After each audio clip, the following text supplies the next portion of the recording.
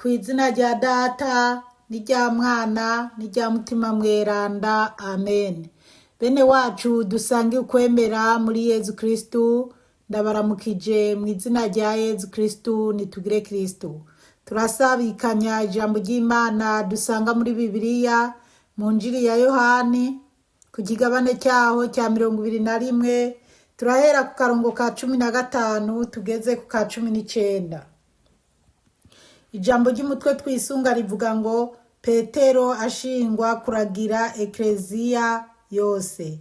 Bahejeje gufungura, Yezu abwira Simoni Petero ati, Simoni mwene Yohani, urankunda kuruta abo? Nawe amwishura ati, ego Mukama, urazi ko ndagukunda. Yezu aramubwira ati, ragira imyagazi yanje. Asubira kumubwira ubwa kabiri ati, Simoni mwene Yohani, urankunda? Nawe amwishura ati, ego Mukama, urazi ko ndagukunda. Yezu amubwira ati, ragira intama zanje. Asubira kumubwira ubwa gatatu ati, Simoni mwene Yohani, urankunda? Petero arababara kuko amubajije ubugira gatatu ati, mbega urankunda? Niko kumwishura ati, Mukama, urazi byose, urazi neza ko ndagukunda. Yezu amwishura ati, ragira intama zanje. Ni ukuri ndabikubwiye, ukiri muto warikenyeza ukagenda iyo ushaka, ariko niwamara gusaza uzoramvura amaboko, uwundi yagukenyeze aheze akujane iyo udashaka. Yezu yavuze ibyo ngo amumenyeshe ukuntu azopfa, kugira ngo aninahaze Imana. Hanyuma ahejeje kuvuga atyo amubwira ati, nkurikira. Bene wacu muri Yezu Kristu, iri ni ijambo ry'Imana, dushimiye Imana. Aleluya, amen. Aleluya, aleluya, amen, amen. Bana b'Imana, turacyari mu ntsinzi ya Pasika, turacyabandanya kwinovora no kwishimira Umukama wacu Yezu Kristu yavuye mu ijuru akatwitangira, akatuzanira ijambo ry'ubuzima, akatuzanira amahoro, akaturemesha tukamenya nubwo turi mu isi y'ibibazo, duhura n'ibibazo bitandukanye tukihebura, ariko ko bizorangira tukabaho atakitubabaza. Uyu munsi rero turarabira hamwe, reka turabera ijambo ry'umutwe tugiye kwisunga rivuga ngo Petero ashingwa kuragira ekleziya yose. Turarabira hamwe uko Petero yashinzwe ekleziya ya Yezu Kristu. 15 haravuga ngo, bahejeje gufungura, Yezu abwira Simoni Petero ati, Simoni mwene Yohani, urankunda kuruta abo? Bahejeje gufungura, nukuvuga Yezu yari yabonekeye, ba Simoni bari ku kiyaga kuroba, barasangiye na Yezu, baraganiriye. Hama rero Yezu afata ijambo atangura kubaza Simoni ati, urankunda ga Simoni mwene Yohani kuruta abo bandi bose mwari kumwe? Usomye hejuru usanga ngo Yezu abonekera abigishwa 7. Ubwo rero mwabindwi na Petero yarimwo. Ubwo rero Yezu yamubaza ati, mbega mwabo muri kumwe urankunda kubarusha? Kuko ni wasoma uzobona ingene bari bigiriye kuroba, biyumvira ati uko biri kose none ko umutware wacu byarangiye, reka twigire kuroba kumbure. Ariko Umukama Yezu ntiyabaretse ngo bagende mu byo kuroba gusa, bibagire ko yabarungitse kuvuga ubutumwa. Nibyo turiko turazirikana. Nawe amwishura ati, ego Mukama, urazi ko ndagukunda. Ubwo rero Yezu amubajije ati, urankunda kurusha abo bose muri kumwe? yarishuye tego cyane mukama urazi ko ndagukunda. Yezu aramubwira ati ragira imyagazi yanje. Bana b'Imana, aho dukwiye gutinda tukumva neza ko dukwiye gutegera. Yezu amubwira ngo ragira imyagazi yanje, ragira intama zanje. Ntabwo yabibwiye Yohani, ntabwo yabibwiye Yuda, murazi ko Yuda bari babiri, ntabwo yabibwiye Yakobo, mbega Yezu yabibwiye Petero. Ragira imyagazi yanje. 16 haravuga ngo asubira kumubwira ubwa kabiri ati Simoni mwene Yohani urankunda? Yezu n'ubundi arabisubiramwo ubugira kabiri aramubaza ati Simoni mwene Yohani urankunda? Nawe amwishura ati ego mukama urazi ko ndagukunda. Bana b'Imana, Petero arasubiza ko mwoti ego mukama urazi ko ndagukunda. Yezu amubwira ati ragira intama zanje. Mbega nshuti yanje tukiri ngaha ko Petero Yezu ari ubwa kabiri abimubwiye ati ragira intama zanje. Mbega izo ntama urimo raba neza mu izo ntama Petero yashinzwe kurimwo. Ubwo niwe buri muri babandi bavuga ati no jewe sinoba mu ntama Petero aragira. Murazi ko abantu benshi bamwe bavuga ngo yanga urumva ngo twebwe turabo kwa naka, ngo twebwe twemera aba. Imana idutabare cyane, iduhe no gutahura cyane. Hari aho turi bubitebe koreka tubandanye. 17 havuga ngo asubira kumubwira ubwa gatatu ati Yezu asubiriye ubwa gatatu Simoni mwene Yohani urankunda? Yezu ubwa gatatu aramubaza ko amukunda. Petero arababara kuko amubajije ubugira gatatu ati mbega urankunda? Imana iduhe gutahura cyane. Petero rero byaramubabaje kubera Yezu yongeye kumubaza ubwa gatatu ati mbega urankunda? Bana b'Imana tukiri no ngaho umuntu yo kwiyumvira. Petero Yezu yigeze yabwira Petero ati Isaka itarabika gatatu uza kuba umaze kunyihaka, itarabika kabiri uza kuba gatatu uza kuba umaze kunyihaka na gatatu. Rero bana b'Imana, hari igihe Petero yibaza ati yo uko biri kose umukama Yezu aracyafise agahinda kaho namuhemukiye. Buriya hari igihe Petero yabyibaza kwaguma mbaza. Petero rero arababara kuko amubajije ubugira gatatu ati mbega urankunda? Niko kumwishura ati mukama urazi byose, urazi neza ko ndagukunda. Yezu amwishura ati ragira intama zanje. Imana iduhe kubitahura cyane. Petero noneho arabwira umukama Yezu ati mukama urazi byose, urazi ko ndagukunda. Bana b'Imana, mwisi turimo usanga hari ibintu byinshi by'amanyanga, by'amayobera bikaducanga canke se bikagucanga canke se bikaducanga. Tukibaza ubushize sinzi umuntu yandungikiye video y'umuntu yari karavuga ngo yabuze yatumutwe mu idini, ngo yabuze idini yo kwizera. Imana iduhe gutahura cyane. Ngo yabuze idini yo kwizera, ngo yabuze ijambo ry'umwizero. Mbega uwo muntu nyene wumva ko yazinutswa amadini. Ariko bana b'Imana, amadini yose mesha aragwanyana. Ukumva umenga ntiwovuga Gatolika canke ntiwovuga Penigoti canke abaporo canke iki, ukumva yose ariko aragerageza bamwe bose kwikwegerako. Ariko rero turabe neza, Yezu Kristu yarabwiye Petero ati ragira intama zanje, nyimba unkunda ragira intama zanje. Raba neza idini rya Yezu Kristu, idini rya Petero. Petero niwe yashinzwe kuragira intama za Yezu Kristu.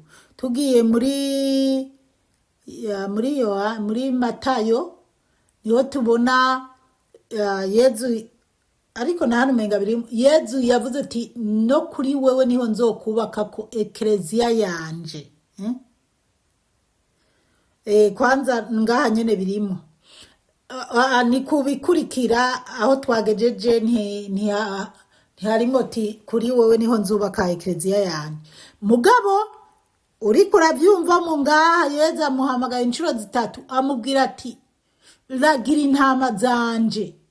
Nyimba Yezu yabwiye Petero ragira intama zanje, ugaca wongera ukabona ati nzokubaka ko ekleziya yanje, n'ingabo za shitani ntizizoshobora kuyihenura. Rero hari igihe usanga mu yandi madini bariko barasigura ibintu mugabo hagera ahantu ukumva bohesha, ukabona bariko baragerageza kugobotora kugira nibumve ko Petero yaragijwe ekleziya ya Yezu Kristu. Kandi umva abana b'Imana, suko jenda umukatolike mugabo i Roma kuva kuri Petero hamaze kuba ndumva umupapa, nubwo ntahibuka neza, ashobora kuba ari umupapa w'amajana 267 kuva kuri Petero. Kandi hajya Roma yubatse hajya niho Petero yapfiriye. Petero, imva ya Petero iriko Saint Peter. Rero Petero niwe papa wa mbere, niwe Yezu yaragije ekleziya yiwe. Ekleziya yatanguriye muri Ethiopia, uzobiraba mu gitabo cy'ibikorwa by'abatumwa. Ubwo rero bamwe baravuga ati idini ya mbere yatangwe hano mu isi ni yihe? Idini ya mbere novuga ati ni y'abajudayizme, niyo Yezu yasanze y'abayuda. Ariko Yezu yasubiye mu ijuru ashinze ekleziya, ashinze Petero amubwiye ati ni wewe nzubaka ko ekleziya yanje. Hari abantu bamwe bumva bagarukiye gatolika kubera bagunduye bamenye bana b'Imana. Urumva gusa bamwe bohava bavuga ati uya ariko aravyigisha kuko ari mu gatolika, ariko niko kuri. Ni Yezu wenyene yabwiye Petero ati ragira intama zanje. Intama rero uri mu ntama zo Petero yemera kuragira, ni nawe uri mubo muri ekleziya, uri mu bakristu, uri mu bashinzwe Petero. Niho hahandi Bikira Mariya twebwe twemera ko ari mama wacu. Yezu Kristu ari gucikana ku musaraba abwiye ati muvyeyi nguwo umwana wawe, ariko arabwira Yohani na Bikira Mariya. Petero ashobora kuba hariho hamwe yumva ngirayo nagira ubwoba, kuko yoba yarihakanye Yezu akaguma yibaza uko biri kose Yezu ntarambabarira, uko biri kose Yezu aguma yumva ko namuhemukiye. Ariko nyene turagira intege nke aho bikomeye, ugasanga turagoyagoya. Mugabo hari igihe ugoyagoya agatima kakagumamwo, kuko na Petero amaze kubona ko akoze amakosa yararize, ariga, ari kubita, arababara. Niyo mpamvu bana b'Imana ugiye ukaraba ukabona amaherezo ya Yohani, ukabona uko biri kose ekleziya irakomeye. Niyo mpamvu njewe shima nkavuga ati ekleziya urabona ko yosenyuka, ukabona imikuba n'imiyaga ko yoyisenya, ariko kubera ijambo ry'umwizero Yezu yavuze ati n'ingabo za shitani ntizizoyinyiganyiza. Ntabwo rero ekleziya, ntabwo rero uwo ari we wese yopfa kuyisenya. ku bisanzwe ugiye mu Bwongereza hariganje idini hariganje idini novuga ati ryari ry'umwamikazi canke se ubu mukuru waryo ni umuhungu w'umwami ariwe mwami ubu, ariko uri kuraraba neza ukaraba ibyo rigenderako urabona neza ko hari itandukaniro rinini, kuko muri gatolika ntibapfa kwemera gusambura indowa. Muri gatolika nubwo hagiye haba ibihuha byo kuvuga ngo barashigikiye abatinganyi, barashigikiye oya. Rero ekleziya gatolika irakomeye uko vyogenda kose, ego n'ayandi madini yagiye yiyonkora, abangirikani bariyonkoyeko, abametodiste bariyonkoyeko, n'ayandi madini yagiye avuka. Bana b'Imana uri kuraraba ubu urarengerwa n'amadini, ukiyumvira ko ayo madini yose umuntu yogenzura akaburamwo iryo yemera. Hera ku madini 10 ya mbere, nyimba gatolika ubona yaraguhemukiye ukabona nta ntuyemera, basi raba rirya rindi ryiyonkoye kuri gatolika bari ugenderamo ubanza urabe ibyabo. Murabona ko bamwe ubu basigaye banimika abadamu ngo babe nyimbara abapapa babo canke se abategetsi, novuga ni nk'abapapa.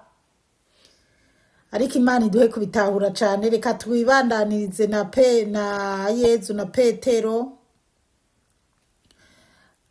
Yezu amwishura ati ragira intama zanje. 18 hakavuga ngo ni ukuri ndabikubwiye, ukiri muto warikenyeza ukagenda iyo ushaka, ariko niwamara gusaza uzoramvura amaboko uwundi agukenyeze aheze akujane iyo udashaka. Yezu amubwira ati nukuri ndabikubwiye, ukiri muto warikenyeza.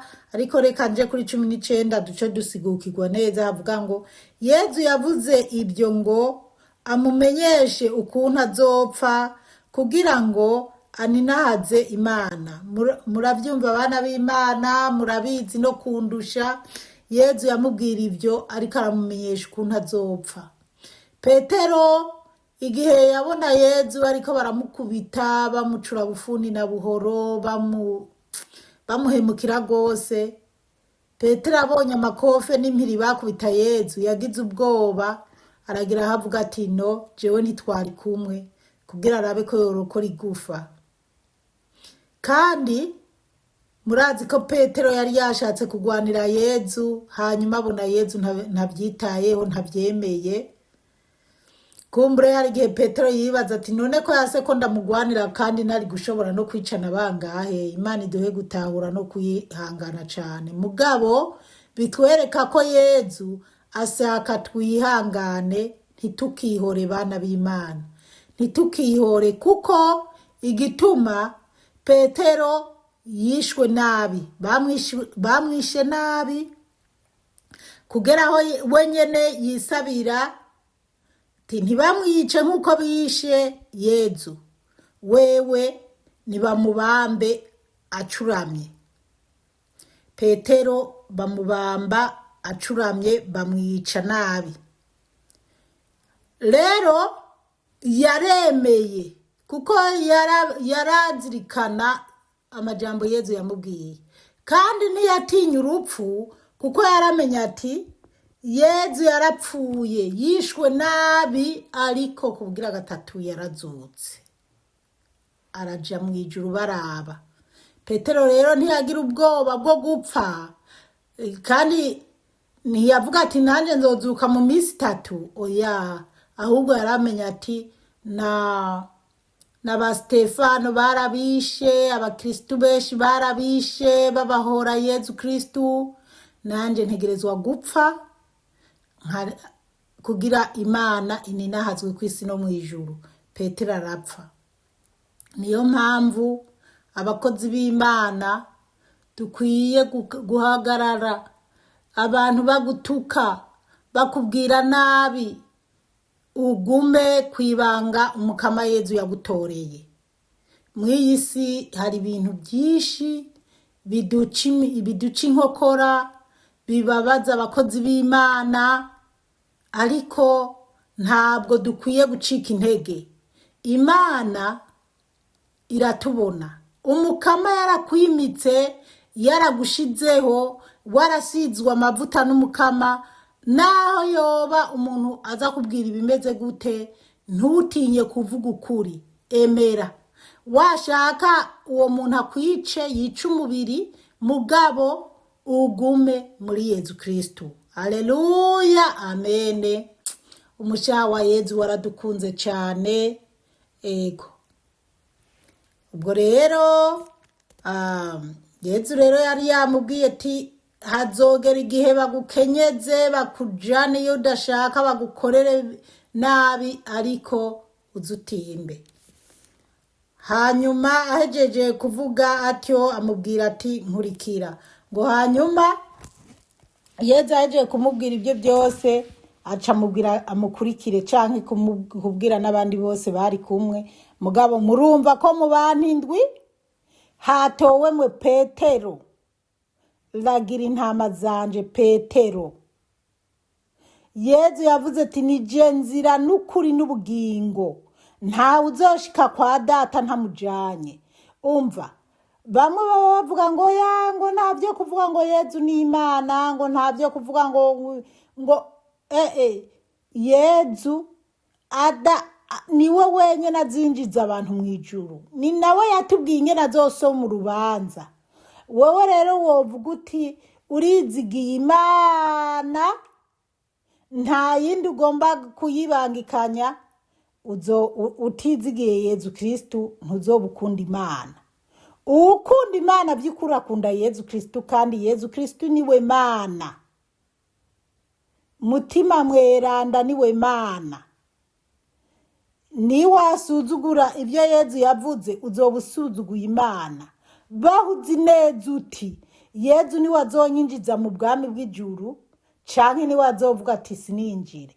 Bahuzi neza uti ekleziya, wanashaka ndeke kuvuga gatolika, ekleziya, wumve iyo ekleziya ya Petero. Yezu yubatse kuri Petero. Ugacuharura kuva kuri Petero i Vatikani hari amafoto 200, ubu uyobara 267. Ari y'abapapa bose uko bagiye baratondekanga. None rero yaba uwoba yaramusubiriye ntabigenze neza, ariko icyo twizera nuko twizera ko Petero no kuriwe no kumva yiwe niho hubatse ekleziya ya Saint Peter. Umukama Imana bahezagire cyane. Musangwa akanyamuneza ka Pasika, musangwa umunezero w'umushaha wa Yezu Kristu wadukunze. Tugume twinovora ibyiza by'umukama wacu Yezu Kristu. Mwarahezagiwe n'Imana. Ku izina rya Data n'irya Mwana n'irya Mutima Mweranda. Amen. Turagusenga Yezu, turakuninahaza.